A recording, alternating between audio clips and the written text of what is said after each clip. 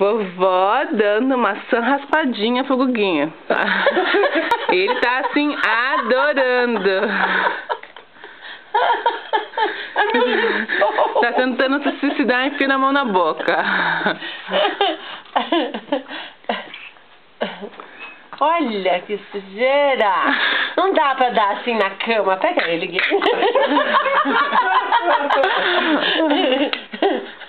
Por quê? O que eu fiz pra merecer isso? Agora engoliu. Dá um monte.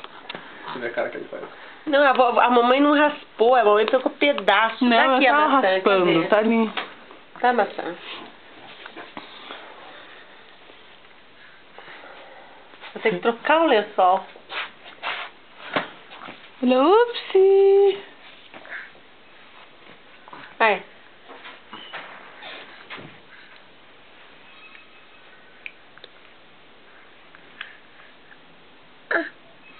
Alguém atende, Guilherme? Ah, papai deixa eu atender.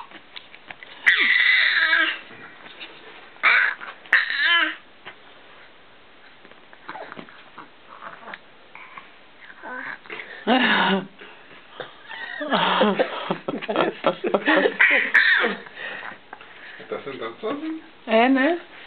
Ele nunca fica na cama sentado assim. E tá difícil, porque essa cama é mole. Oh, tá comendo.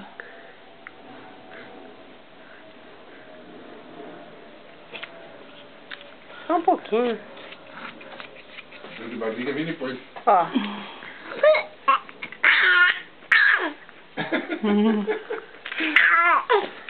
Ele tá feliz. Olha, você vai ter que fazer eu trocar a roupa de cama. Chega! Vê se esse é lugar. Você precisava ver eu com esse piau hoje. Vê se esse é lugar. E quando é que começa a sopinha?